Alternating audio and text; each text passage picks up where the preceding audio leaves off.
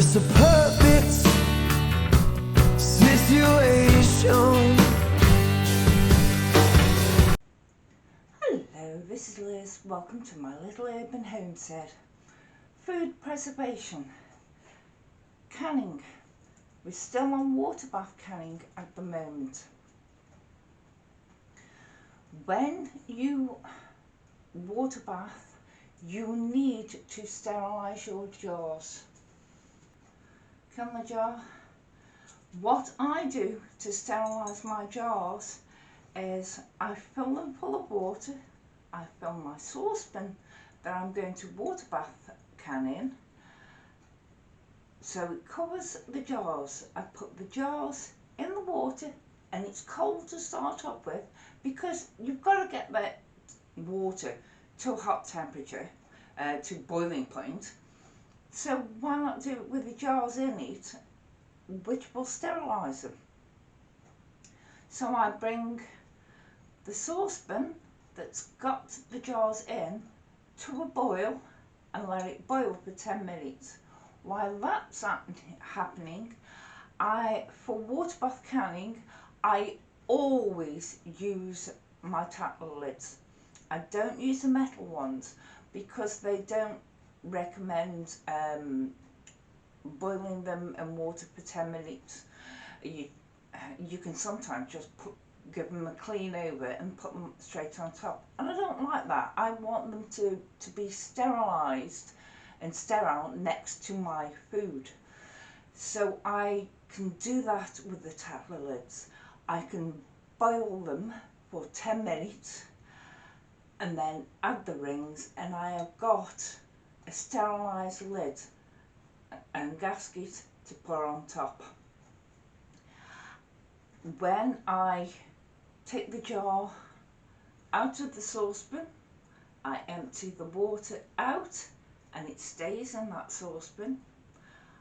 I fill my jar up with product, wherever it is, put my gasket and lid on and the band on, as I showed you tightening in previous episodes.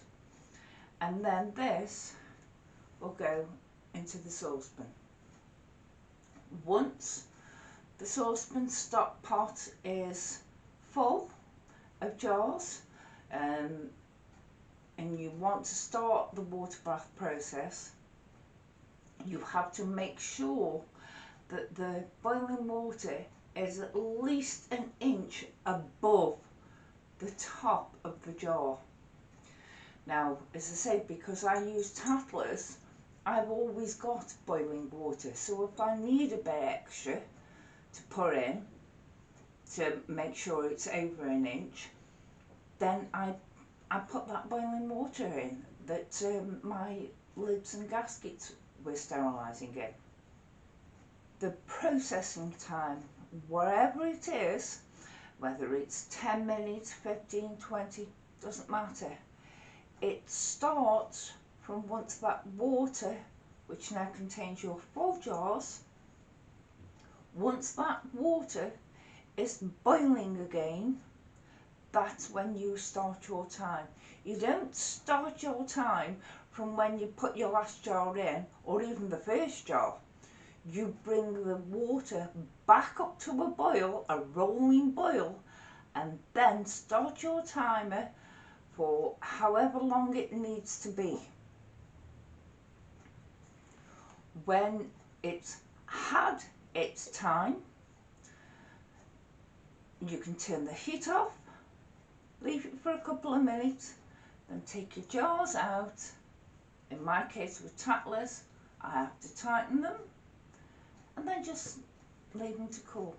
Make sure you put them on a folded tea towel or a normal towel or table runners or placemats, wherever it is, because you don't really want them coming in contact with your surfaces, because the difference in temperature can shock your jars. Also, when you are filling your jars with produce, you must check your headspace. This also applies to pressure canning, but you need to check your headspace. This handy dandy little tool is brilliant because you can put it on for 1/4 of an inch, half, 3/4 or 1 inch, and that will tell you if your headspace is right. So you need a recipe to follow, a good recipe. There's a lot in the ball canning book, and then that will tell you how much headspace you need to leave and how long you need to process it for. So follow a good recipe and always check your headspace. As I said, following a good recipe, say you're doing tomatoes, it will tell you about sorting out the acidity level of it, because there is some acidity in the tomatoes, but you want to make sure it's correct, because that helps to preserve. If you don't want to use lemon juice or citric acid, then really you should pressure can your tomatoes or any low acid foods.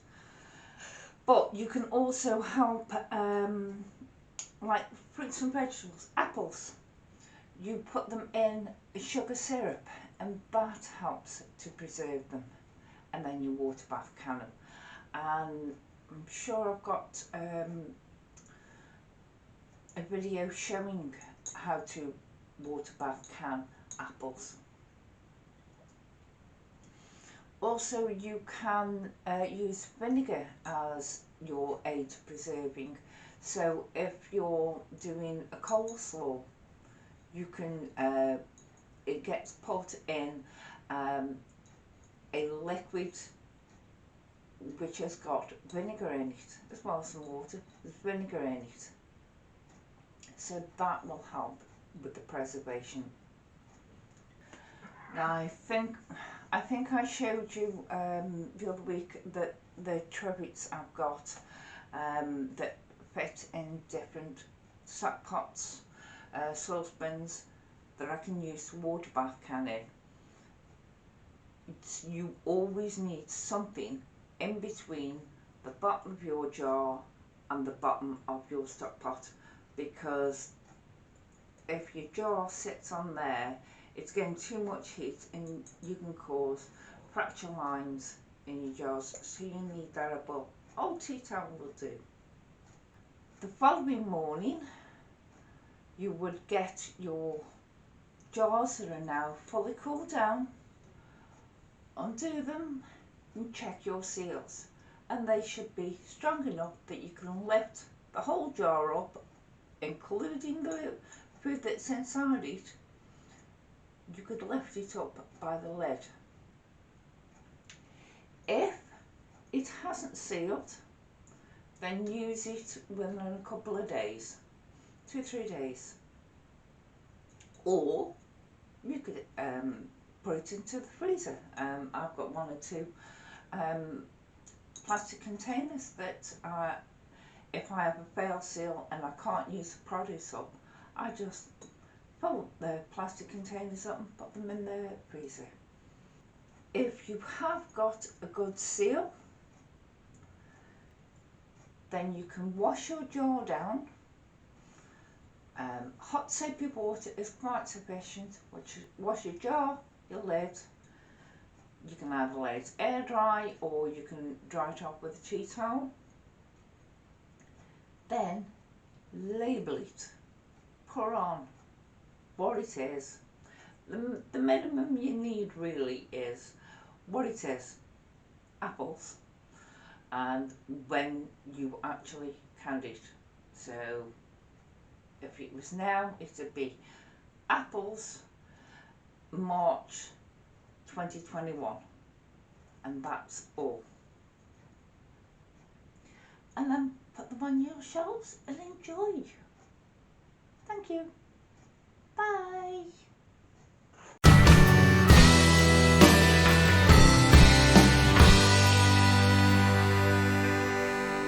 It's a